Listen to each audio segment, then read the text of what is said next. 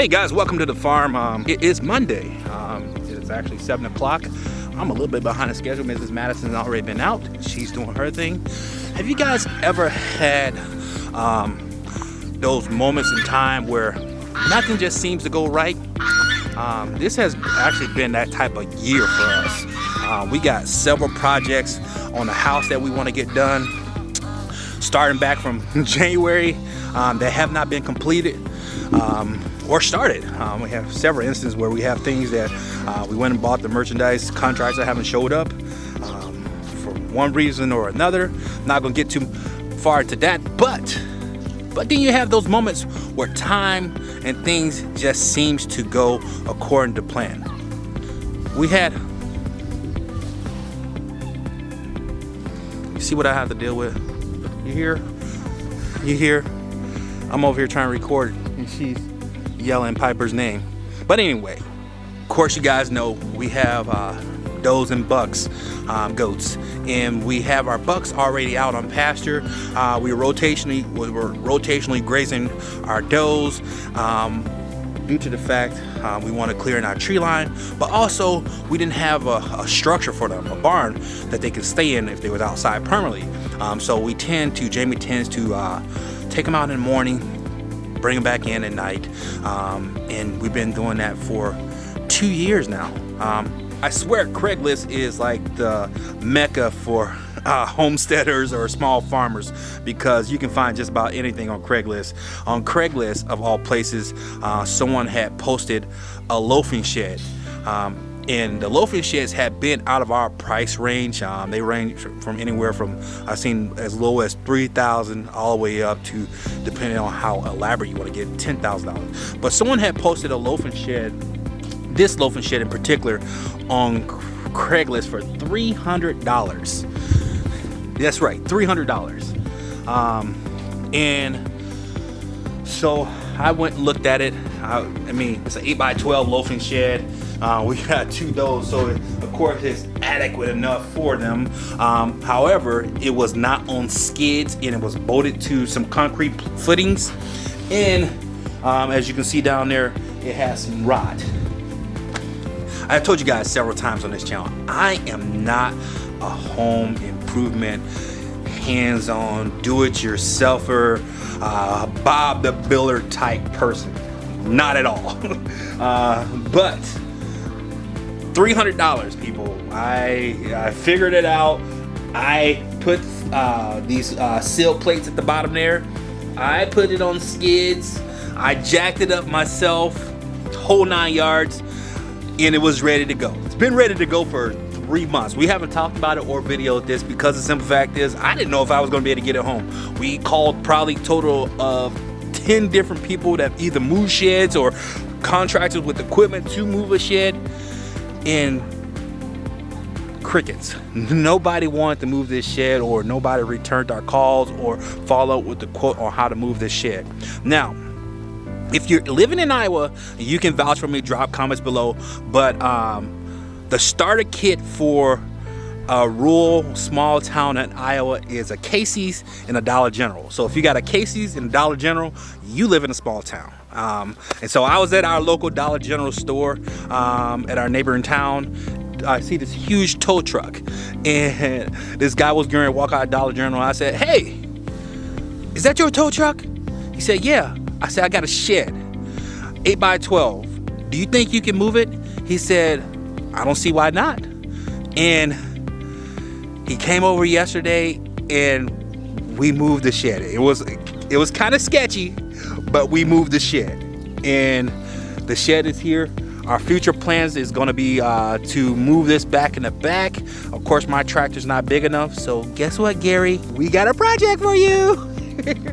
But our goal is to move this back in the back for the does, and we're going to corral that area in that we always talk about and get that ready for them next year. We're gonna take you guys on the journey of getting our animals ready for the morning, getting them fed, and then this afternoon I want to talk about a couple different things when it comes to our watering system. We have had a lot of people ask questions about our watering system, what we're doing in the winter. Are we still using the aerators? spoiler alert, yes, but we're beta testing some different ideas that we're going to talk about as well.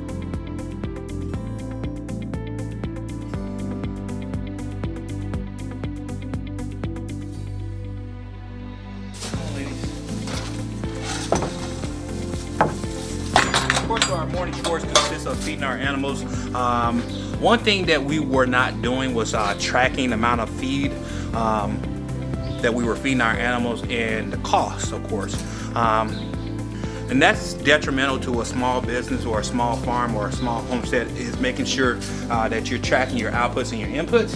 So Jamie created this pretty cool spreadsheet that has kind of like a mobile app on our phone. Yeah, click on the link and I'm able to put in the amount of food that each animal gets every morning. That way we can track the cost and compare the cost to versus what we're selling our product for, to make sure that we're profitable or and not losing money on these different ventures. One thing, for instance, was like our chickens or our pasture raised poultry, or as well as our egg layers. Those are kind of our two big entities, I would say, when it comes to livestock or product that we sell. So we want to make sure that as a feed price go high or go low, that we're monitoring that cost compared to what we're selling our food for. Feed right here just for our bucks. They get some minerals on their food every morning. We have our quack stars out there, and I'm sure they're probably at the door waiting. And so what they get is they get a total of 5 pounds of feed a day for the ducks and the geese. And what we do is, and that's not including our drakes, and so they get 2.5 pounds in the morning, they get 2.5 pounds at night, and then what we do is sprinkle some out to promote foraging. Oh, nice. I keep on forgetting that I put those big feeders out there. So we have big feeders now. If you guys don't know, you haven't seen that video, we'll drop a link up here about the Feedomatics. Again, on Craigslist, we found 40-pound Feedomatic feeders. Those things are about $250, $300 when I originally priced them. Because the ones that we got, we paid about $100 bucks for them, or if not a little bit more. And we got those for $25. 2 40-pound feeders for 25 bucks. Listen, it was an hour and a half away.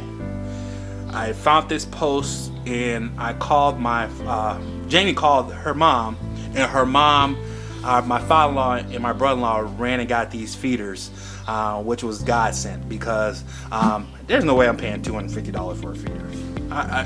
Even if it would help minimize the cost of when it comes to our feed from predators such as mice and wild birds, I would just feed those birds by hand if I had to. I'm just being honest. But yeah, so we found these 2 Feedomatic feeders on Craigslist for 25 bucks, and now all I probably have to feed is the chickens once a week because of that. They have a total of 5 Feedomatic feeders, so they have a total of 74 pounds of feed for the large coop, and then it is 53 pounds of feed for the smaller coop.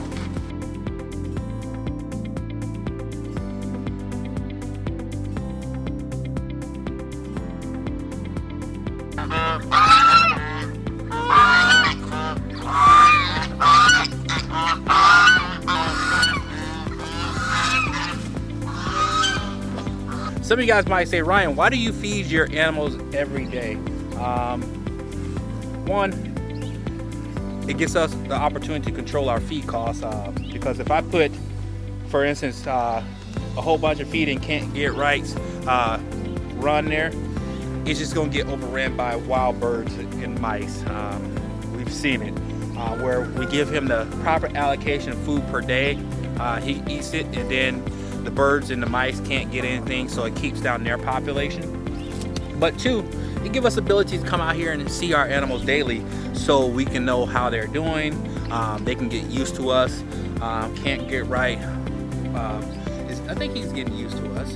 He's used to us going in his run now, and actually he got out about a few weeks ago, and we just said, all right, can't get right, come on, let's go back in. He didn't leave it when it was night. He went right back into his run with no problem. Walked right beside us. So I think he's starting to get a little used to us. He's still not ready for us to pick him up or hold him or anything like that, but we invited to the party at least. So, at least I am. I don't know about you. These are our drakes. We keep them separate from our hens, our ducks.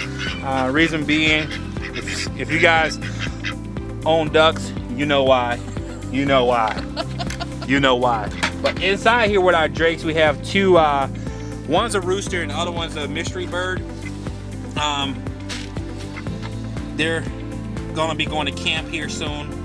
We're just waiting for them to get big enough, but we keep them in with the drakes. They help keep each other warm, and they seem to get along. But we got the roosters that we want. So yeah, these guys are gonna be going to camp unless someone looking for a couple of roosters or a rooster and a mystery bird.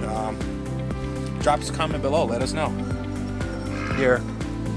Free. So, and I guess he probably asked, how do we track their feed? What we do is we give all flock to all of our birds during the winter months, but we have some leftover meat bird feed, so I just mix that in to supplement the feed for these two roosters. It's okay for the drakes because it's a high protein food feed, but yeah, so to keep that cost at what I wanted at, being I had some leftover meat bird feed, I just put it in there, and it seems to work fine.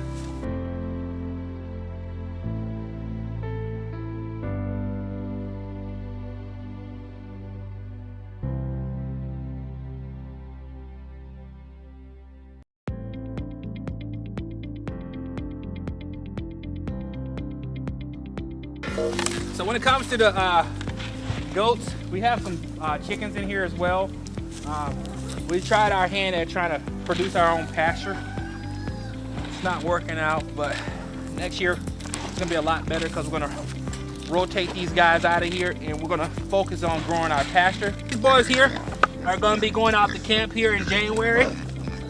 So we have their date set up. As you guys probably, if you've been following our videos, we attempted to rotationally graze these guys, and the sole purpose of clearing land and breaking up the soil for us so we can make pasture. Well, we ran into a little incident. If you look over yonder, so their rotation had to come to a stop, and unfortunately they've been here well longer than what we wanted and intended to. So they're going to be going to camp. We have their date set up for January 19th, and we're going to come through with machinery and just clear this area because the amount of garbage that we found, just so unsafe for them to move them around. Hey guys, it is definitely not the afternoon. It is approximately about 3 days later, and sorry for that. We actually ran out of time. We ran out of daylight. We didn't have time to film. And you know, honestly, the day just gets away from you. For those of you that don't know, we both, myself and Ryan, work virtually. So we do have full-time jobs, and then the farm is a full-time job. And then trying to share the journey with you guys is, you know, is a job in itself. So we want to make sure that we share the important details that we've learned along our journey. So that brings me to what we do in the winter with watering. And honestly, this entire video is about, you know, the managing of cost of, you know, feed, shelter, and then of course figuring out the watering system and what we do for our livestock in the winter here in Iowa. So let's get going here, guys, because we got to get to work. First thing that I do in the morning is I let out all of the animals.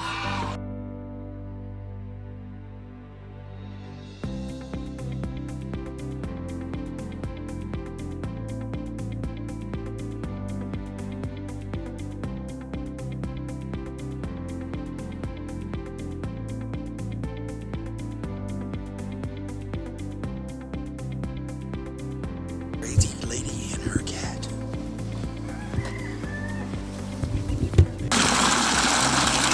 I also water the animals, all of the animals actually, and I do it all by hand during the winter months because I put the hoses up because of course you know they freeze.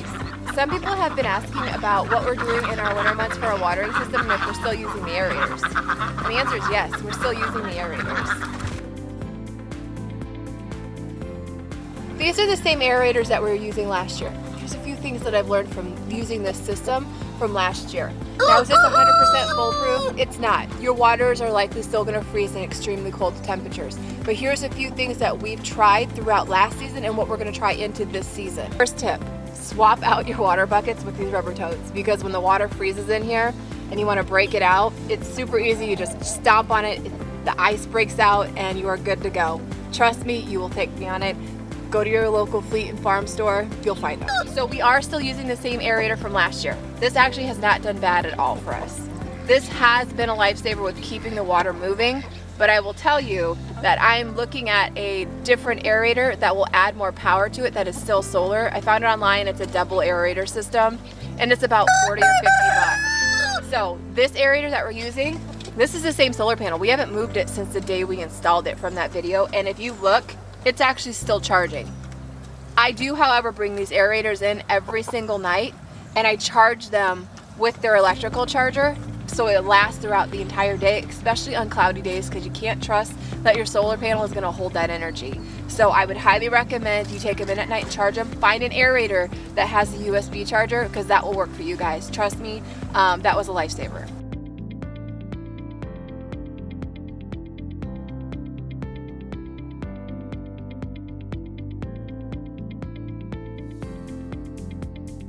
All right, so now I want to talk about what we're doing for our larger animals, because it's a little bit different than what we're doing with our chickens. We're trying to think outside the box here. So let me show you a couple things that we've done so far, and then a test that we're actually doing with a new system. This bucket we actually found at the local fleet store. It is a heated water, but it's the same material that I was showing you guys for the chickens. It's not touching the ground. This is a lesson learned for us. When they're touching the ground, they're freezing a lot quicker. So we're working on new ideas as far as that goes. We have this bucket hung up with a bracket. So it's hanging up. Again, it's an electric heater. We'll show you what we're doing with this, but the cool thing about it is I left water in it last night. It's not extremely frozen, but it's flexible. You can basically stomp on it and break the ice out. So if you have larger animals, for us, this has been a really good buy. Welcome to Mad Acre beta test. So this, not Piper, but the box. Be really cool if she could actually unfreeze our water. But let's see. This is actually a power box, and we are experimenting with this. Now, this is not the full setup. This again is just a test. This was a cheap little box that we were able to find online. It basically is able to convert energy from a battery. So this is a solar battery that we also found from a local store. You guys can find them anywhere online, or even your local hardware stores. You'll find you can find solar batteries.